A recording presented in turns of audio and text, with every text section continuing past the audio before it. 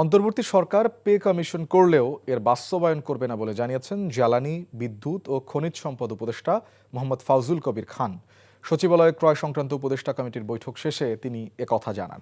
Pay কমিশনের সুপারিশ কিভাবে বাস্তবায়িত হবে তার সিদ্ধান্ত পরবর্তী সরকার নেবে বলেও জানান উপদেষ্টা। তিনি বলেন, নতুন সরকার এসে যাতে কোনো অচলাবস্থার ভেতরে না পড়ে সেই বিবেচনায় তারা এই সিদ্ধান্ত নিয়েছেন। ক্রয় সংক্রান্ত বৈঠকে এখন পর্যন্ত মন্ত্রীদের ফ্ল্যাট নির্মাণের জন্য অর্থ বরাদ্দের প্রস্তাব আসেনি বলে জানান ফাউজুল কবির।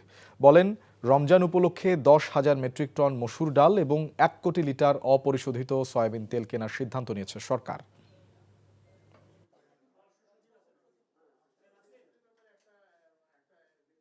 পে কমিশনের জন্য একটা এজিটেশন হচ্ছিল, আপনারা জানেন যে সরকারি কর্মচারীদের মধ্যে একটা বিক্ষোভ হচ্ছিল নানা রকম। তো যাতে নতুন সরকারের যাতে এসে এই ধরনের একটা অচল অবস্থার সম্মুখীন হয়, আমরা চাচ্ছি যে নতুন যে সরকার আসবে তাদের যাতে যাত্রাপথটা স্মুথ হয়, যেই আসুক না কেন, যে সরকার